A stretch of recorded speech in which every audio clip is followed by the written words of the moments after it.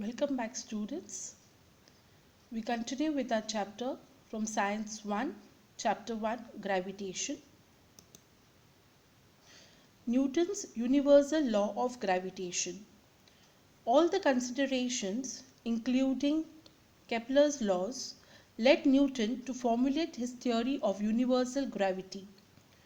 According to this theory, every object in the universe attracts every other object with a definite force.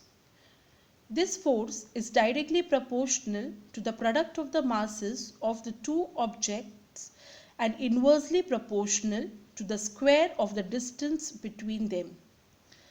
That is, if two objects with masses m1 and m2 are kept at a distance d from each other, mathematically the gravitational force of attraction between these two bodies can be written as F is proportional to m1 m2 upon d square, that is F is equal to g into m1 m2 upon d square, where g is a constant of proportionality and is called the universal gravitational constant. The above law means that if the mass of one object is doubled, the force between the two objects also doubles. Also, if the distance is doubled, the force decreases by a factor of 4. If the two bodies are spherical, the direction of force is always along the line joining the centers of the two bodies, and the distance between the centers is taken to be d. In case the bodies are not spherical or have an irregular shape, then the direction of force is along the line joining their centers of mass, and d is taken to be the distance between the two centers of mass. The value of g is the gravitational force acting between two unit masses kept at a unit distance away from each other. Thus, in SI units, the value of g is equal to the gravitational force between two masses of 1 kg kept 1 meter apart. The center of mass of an object is a point inside or outside the object at which the total mass of the object can be assumed to be concentrated. The center of mass of a spherical object having uniform density is at its geometrical center. The center of mass of any object having uniform density is at its centroid. Uniform circular motion, or the magnitude of centripetal force.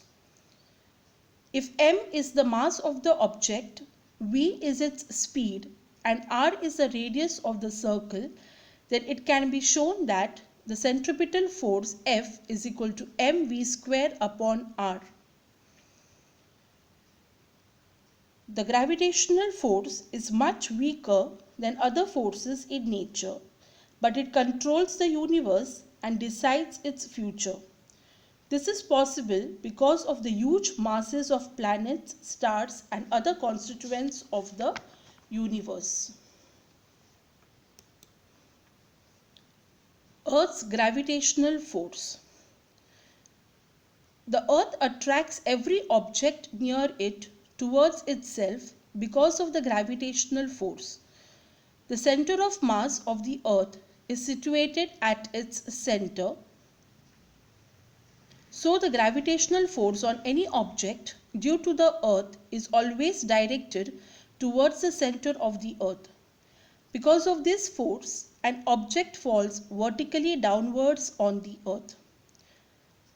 Hence, when we throw a stone vertically upwards, this force tries to pull it down and reduces its velocity. Due to this constant downward pull, the velocity becomes zero after a while. The pull continues to be exerted and the stone starts moving vertically downward towards the center of the Earth under its influence. The gravitational force due to the Earth also acts on the Moon, because of which it revolves around the Earth. Similar situation exists for the artificial satellites orbiting the Earth. The Moon and the artificial satellites orbit the Earth. The Earth attracts them towards itself, but they do not fall on the Earth. This is because of the velocity of the Moon and the satellites along their orbits. If this velocity was not there, they would have fallen on the Earth. Earth's gravitational acceleration. The Earth exerts gravitational force on objects near it. According to Newton's second law of motion, a force acting on a body results in its acceleration. Thus, the gravitational force due to the Earth on a body results in its acceleration. This is called acceleration due to gravity and is denoted by g. Acceleration is a vector quantity. As the gravitational force on any object due to the Earth is directed towards the center of the Earth, the direction of the acceleration due to gravity is also directed towards the center of the Earth, that is, it is vertically downwards. Okay, so acceleration due to gravity is the gravitational force which the Earth exerts on the body. It is denoted by g. It is a vector quantity and it is always vertically downwards. We now find the value of g on the surface of the Earth. We can calculate the value of g by using Newton's universal law of gravitation. According to the law of gravitation, if the object has mass m and is situated at a distance r from the center of the Earth, then F is given by the formula g m into m upon r square. Here capital M is the mass of the Earth and small m is the mass of the object. We know that force is equal to mass into acceleration. Here the acceleration is due to gravity and so we write g. So F is equal to m into g. So g is equal to F upon m. Okay. So on solving we have g is equal to g m upon r square into m. So m gets small m, that is mass of the object, gets cancelled and we have g is equal to g into m upon r square, where m is the mass of the Earth and r is the radius of the Earth. So substituting these values, the value of g, which is constant, is always taken as 6.67 into 10 raised to minus 11. The mass of the Earth is 6 into 10 raised to 24 kg and the radius of the Earth is 6.4 into 10 raised to 6 meters.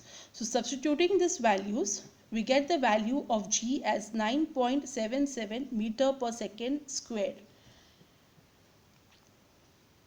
This acceleration depends only on the mass m and radius r of the Earth, and so the acceleration due to gravity at a given point on the Earth is same for all objects. Okay, so the mass of the object is not considered when we calculate the value of g. It will be same for all the objects. Variation in the value of g. So though we have studied that the value of g is constant for all the objects, there are certain variations in the value of g depending upon its distance from the Earth. Okay, so the first is change along the surface of the Earth. So there will be a slight variation in the value of g at different points on the Earth. Okay, so the value of g is not same everywhere on the surface of the Earth. The reason for this is the shape of the Earth. The Earth is not exactly spherical, and so the distance of a point on the surface of the Earth from its center differs somewhat from place to place. Due to its rotation, the Earth bulges at the equator and is flatter at the poles. Its radius is largest at the equator and smallest at the poles. Thus, the value of G is highest at the poles. At the poles, the value of G is 9.832 meter per second square, and it decreases slowly with decreasing latitude. It is lowest at the equator. At the equator, the value of G is 9.78 meter per second square. Change with the height.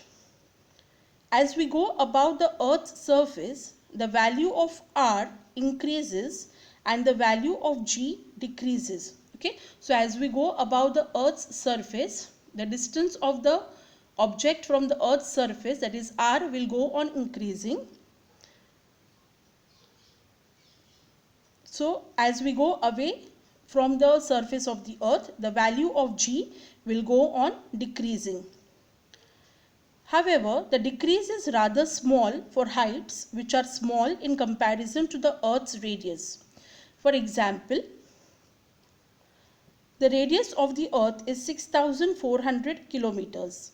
If an aeroplane is flying at a height of 10 kilometers above the surface of the Earth, its distance from the Earth's surface changes from 6,400 to 6,410 kilometers, and the change in the value of G due to it is negligible.